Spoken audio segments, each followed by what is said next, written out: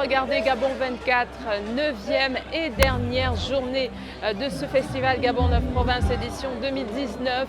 Grosse mobilisation ici à l'avenue Jean-Paul II et Gabon 24 toujours présent pour vous faire vivre ces moments. Notre premier invité a donc presté, vous l'avez vu tout à l'heure sur scène, Tirandon Biban, conteur. Il nous a éblouis par son dynamisme et sa présence. Il faut dire qu'il est sur le site depuis 11 heures en début d'après-midi. Donc, il a commencé déjà bien en dessous, en dehors de la scène, dans les coulisses, à compter. Et on s'est intéressé un peu à ce qu'il dit, à ce qu'il raconte. On l'appelle encore le 10 heures de Vette.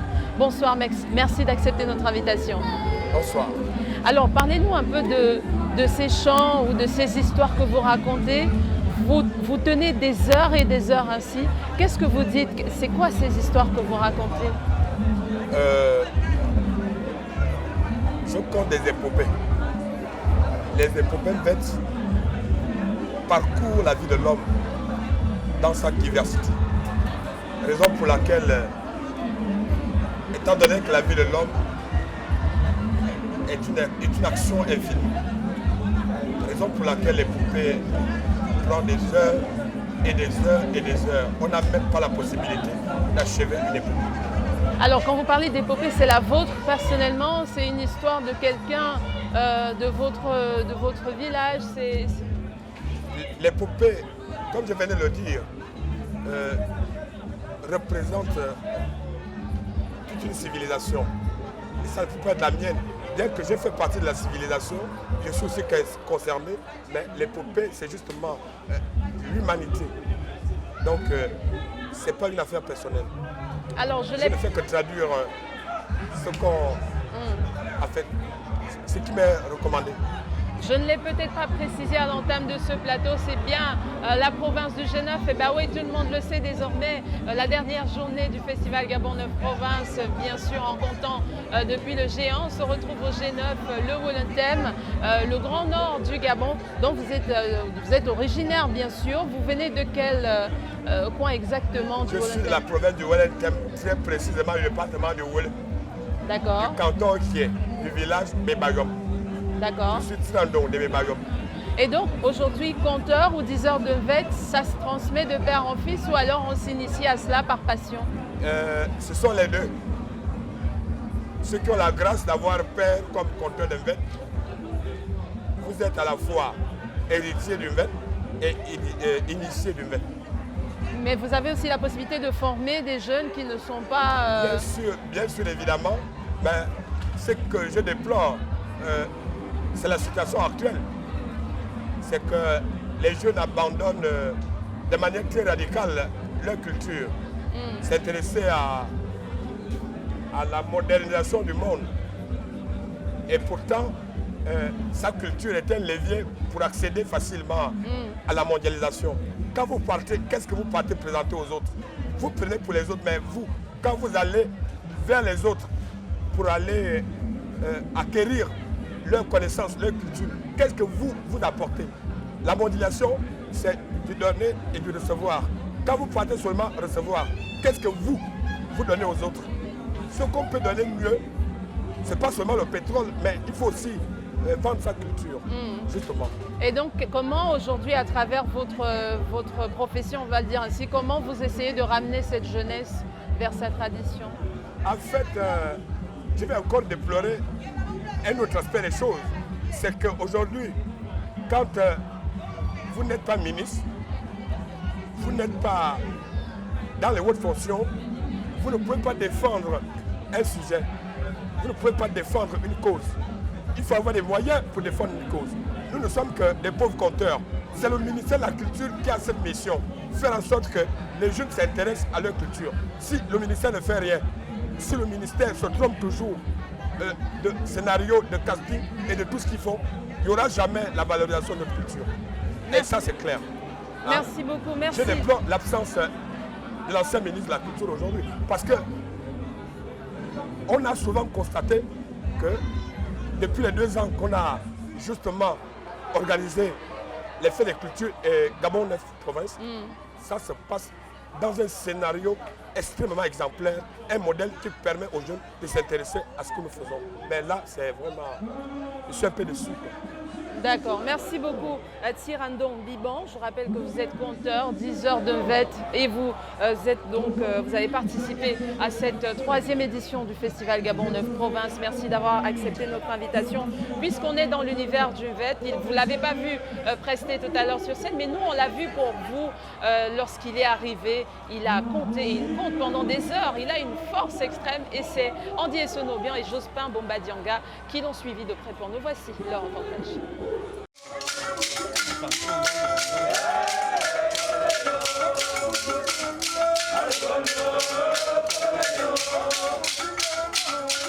Dernière journée du Festival culturel Gabon 9 Provinces, ici à l'avenue Jean-Paul II, dans le 2e arrondissement de la commune de Libreville.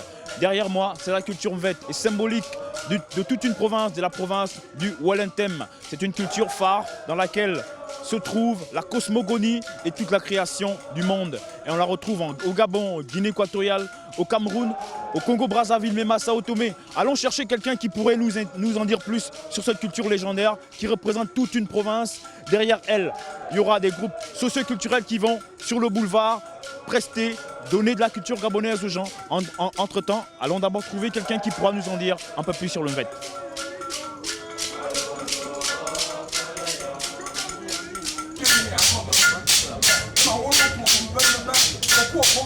Monsieur, bonsoir. Bonsoir. Comment est-ce que vous appelez? Je m'appelle Nkireta Moïse de Messin Satan. D'accord. Qu'est-ce qui se passe concrètement derrière nous? C'est quoi le mvète normalement? Le mvète, c'est un art. Là, des parents, des femmes. Donc des femmes du Cameroun, du Gabon, de la Guinée équatoriale. Ce n'est pas n'importe qui joue le mvète. Le mvète, cet art-là, il y a des gens qui sont initiés dessus. Ce n'est pas n'importe qui joue le mvète. Donc, cet art, nous les vieux, même jusqu'aux jeunes comme vous, qui sont des femmes, arrivent à connaître déjà même le rythme, même la façon de chanter les chansons. Donc, c'est un art que les vieux nous ont laissé et ça doit toujours continuer. Les ancêtres ont laissé le mvète. Il y a les chansons dessus, il y a les traditions, mais ils mettent des choses là-dessus. On dirait la sorcellerie, mais de toute façon, ça vient de loin. Ah oui. Voilà, le mvète, très souvent, on entend parler de deux mondes, Okwing et Ngong. C'est quoi normalement cette rivalité entre ces deux peuples? C'est vrai ce que vous venez de dire. Il y a deux vérités, c'est vrai. Deux. Ngong, c'est une place que les hommes sont restés. Une place que les hommes sont restés. Ils font que le commandement. Et là-bas, ils font que le commandement. Que ce soit l'âge et l'âge, ce sont les hommes immortels. Ce que je peux dire d'abord. Ce sont les hommes immortels. Donc, comme ils sont les immortels, il y a toujours un chef qui commande, qu'on appelle Akumamba. Tous les autres sont là aussi, qu'on peut appeler encore comme un militaire. Il y a aussi là-dedans un Bondo. Un Bondo est dedans. L'homme qui en est aussi, c'est Madame, est dedans. Madame Boro. Mais est-ce que c'est réel? Est-ce que ces personnages ont réellement existé ou c'est simplement une mythologie comme beaucoup le disent? J'aimerais vous dire que c'est une vérité. C'est une vérité. Il existait. C'est comme nous avons des choses à peu près le christianisme. Quand on nous parlait avant d'Israël, on croyait que c'est une affaire de là-haut, au ciel. Non, non, non. Des hommes, ils sont. Ils sont. L'homme n'est pas à jouer avec. Ils sont. Comme il est en train de nous parler là, il nous traduit. La tradition là doit toujours rester avec nous. Et ça nous encourage. Parce que tout le temps, on n'en parle que des guerres. Des guerres. Et donc, comme moi, je suis du Wellington, je tiens toujours à la guerre. Mes parents m'ont laissé qu'il faut toujours savoir qu'il y aura la guerre. Je tiens toujours à la guerre. C'est la détermination que nous sommes des guerriers. Donc, ils nous racontent comment on doit attaquer, comment on doit faire. C'est comme ça. Nous sommes des gens. Merci. Vous l'aurez compris, le Mvet n'est pas qu'une simple mythologie, c'est bien une vérité. Tous les personnages du Mvet, Akomamba et tout le monde et tout le reste, Zemedan et les autres, ont bel et bien existé. Nous allons... Le chauffeur est où? Lundi, le chauffeur est où?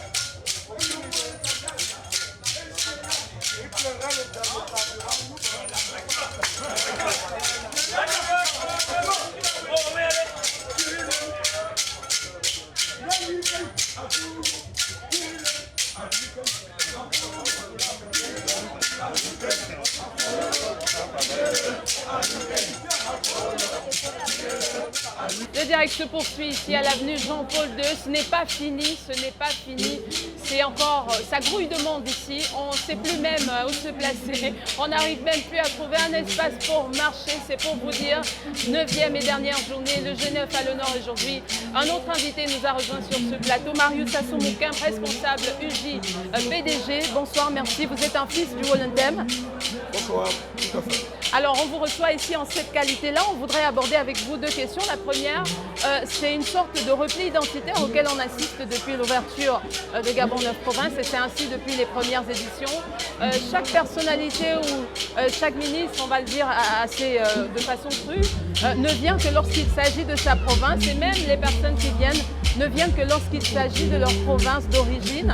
Et on a encore l'exemple aujourd'hui avec le G9.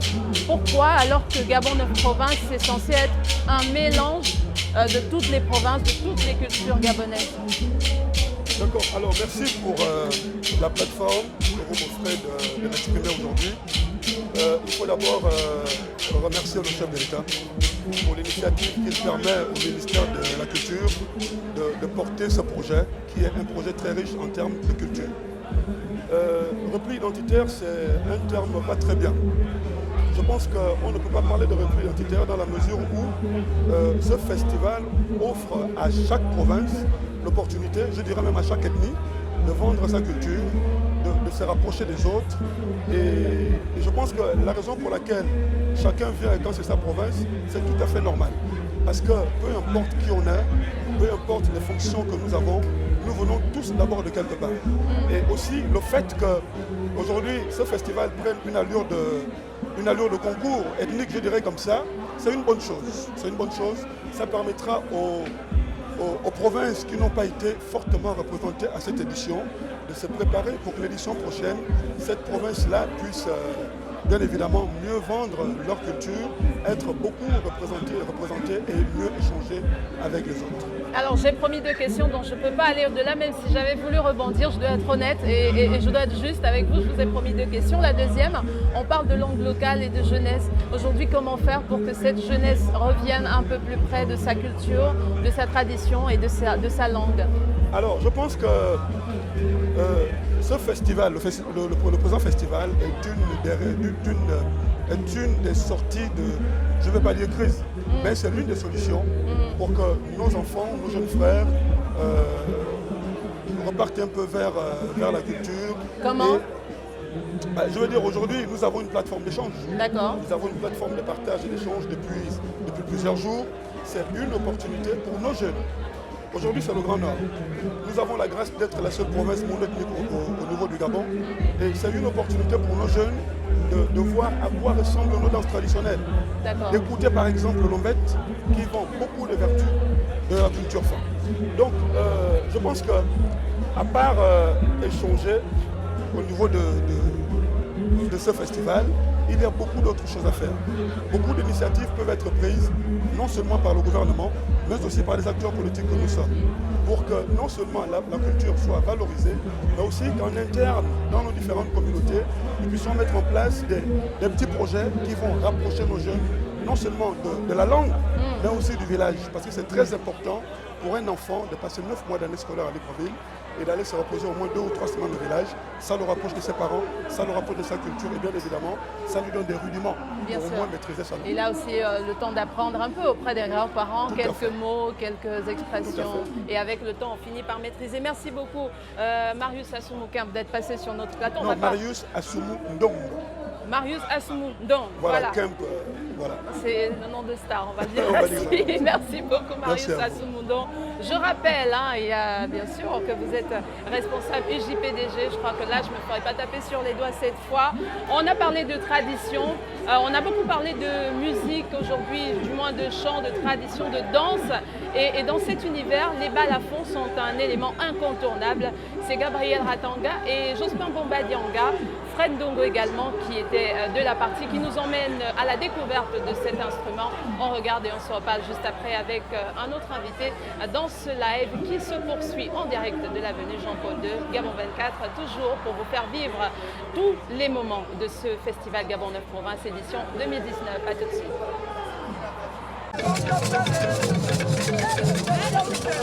Alors ici, on appelle ça les mendang en langue fon et en français, c'est les balafons. Avant que de nous entretenir avec le responsable de ce groupe, je vous propose d'écouter un instant.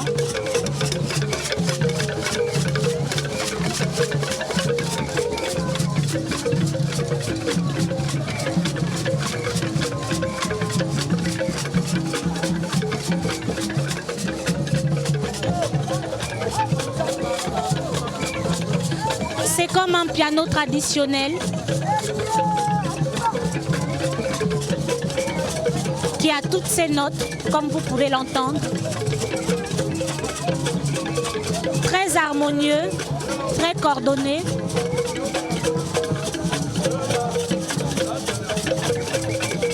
Voilà.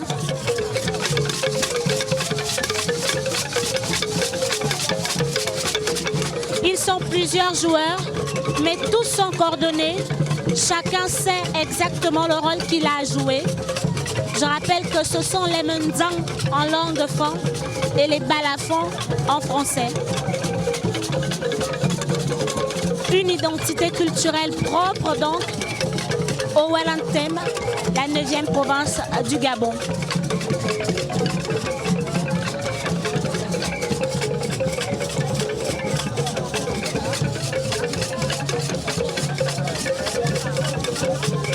Voilà, appréciez la sonorité musicale de cette belle province située dans le septentrion du Gabon.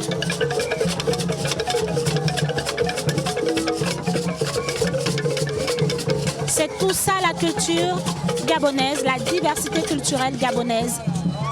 Voilà, belle prestation de ce groupe. Monsieur, bonsoir. Bonsoir, madame. Alors, nous sommes en compagnie du groupe Mendang, qui veut dire les balafons en français. Dans quelle occasion on est amené à jouer les balafons? Le balafon se joue dans toutes les circonstances de la vie, n'est-ce pas, madame? Ça peut être des moments de réjouissance, des moments de deuil pour accompagner un chef qu'on a estimé dans un village, n'est-ce pas? Ça peut se jouer lors des mariages, dans toutes les circonstances en un mot. Alors, vous êtes nombreux à jouer. Comment est-ce que vous arrivez à coordonner toutes les sonorités que vous faites ressortir? Exactement, c'est la spécificité. Vous voyez que c'est plusieurs instruments, donc il faut une harmonie des sons, chacun jouant son rôle, mais en suivant le rythme. C'est là où on arrive à s'accorder et sortir les sons. Donc, si l'on comprend bien, ça se joue à plusieurs. Il y a d'autres qui sont en train de bousculer voilà, des boîtes pour donner un autre son. Tout ça fait partie de la musique que ressort les balafons. Exactement, tout fait partie de la musique balafon. C'est-à-dire là où je joue l'accompagnateur. N'est-ce pas? L'intermédiaire, il est là-bas, il est là le solo, la contrebasse et la basse. Je suis la compas. Donc, on s'accorde, ils savent maintenant que je suis en pause. Donc quand je vais commencer mon rôle, vous verrez le changement. Exact. Voilà, chers téléspectateurs, je suis en plein dans les mendang, ce qu'on appelle les mendang en langue fon et en français ce sont les balafons. Appréciez justement parce que c'est beau, c'est la culture gabonaise.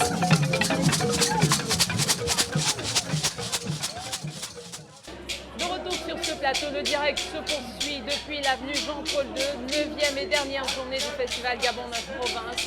Le G9 à l'honneur, la province du Haut-le-Thème, et on reçoit un autre fils de cette grande province du Gabon. Il est précurseur de rap gabonais. Il s'appelle Titus. Bonsoir, merci d'accepter notre invitation.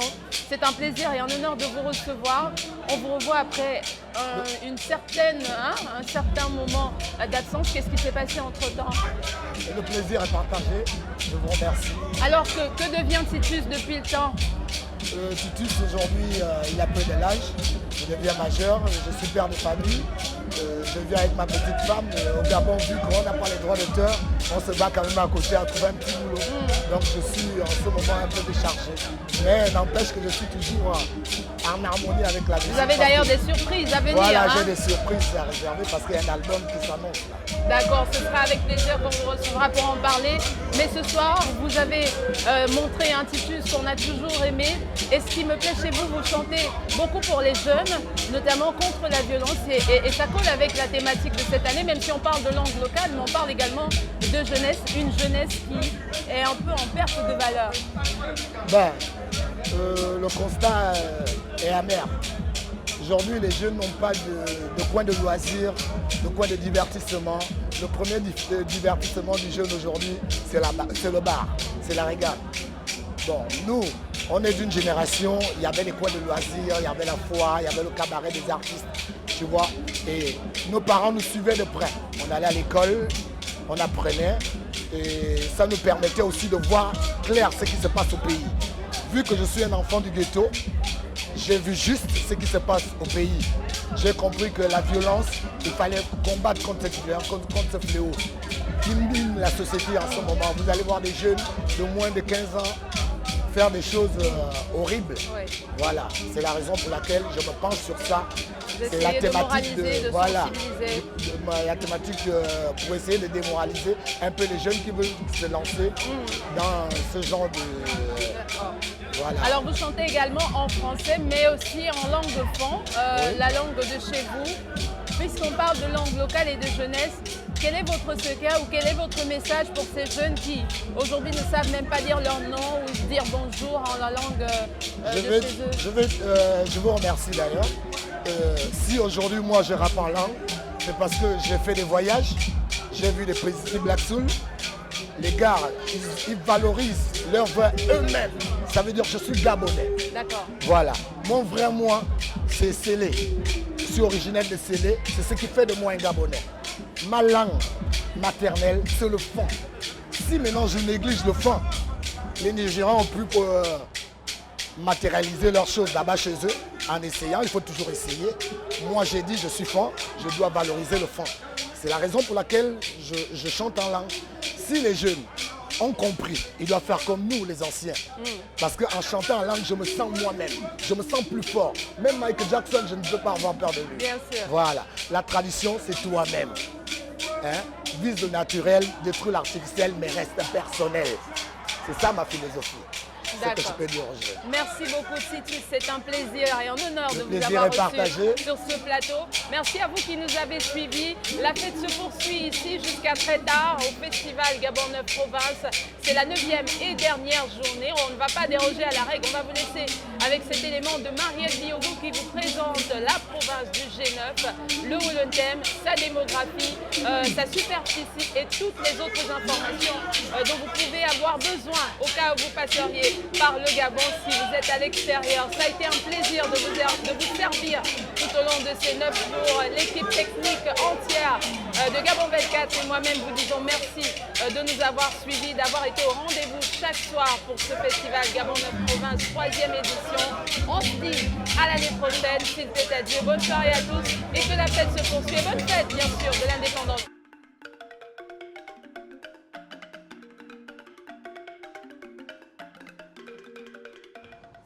Si je vous dis Septentrion, à quoi pensez-vous? Oui, la 9e province du Gabon est située dans le nord du pays. Elle est encore appelée Grand Nord. Elle est dotée d'une population estimée à près de 154 986 âmes et s'étend sur une superficie de 38 465 km². Bienvenue dans le Haut-le-Thème.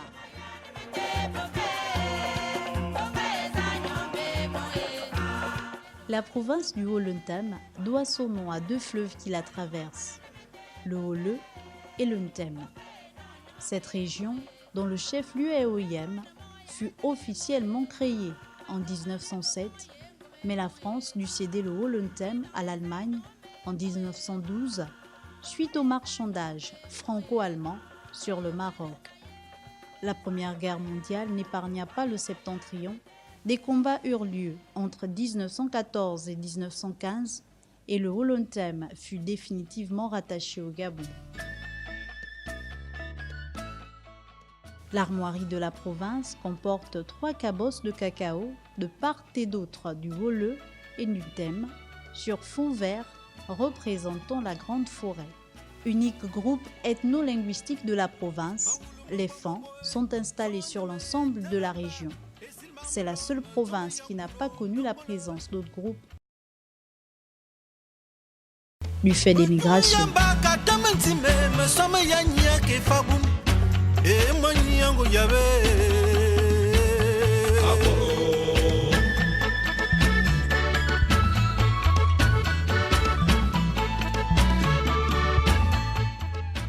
Surtout à ne pas manquer lorsque vous passez par le Haut-Lentem, la paroisse Sainte-Thérèse d'Ango Naoyem, qui est la paroisse mère d'où est partie l'évangélisation de toutes les autres localités de la province. Fondée en 1929 par le père Joseph Bouchot, elle est située à 5 km au nord de la ville d'Oyem, sur la route de Bitam. Ce fut un plaisir de faire cette aventure avec vous à la découverte du Gabon, un programme que vous pourrez suivre et resuivre sur notre page YouTube et nos réseaux sociaux Facebook et Twitter. À très bientôt sur Gabon 24.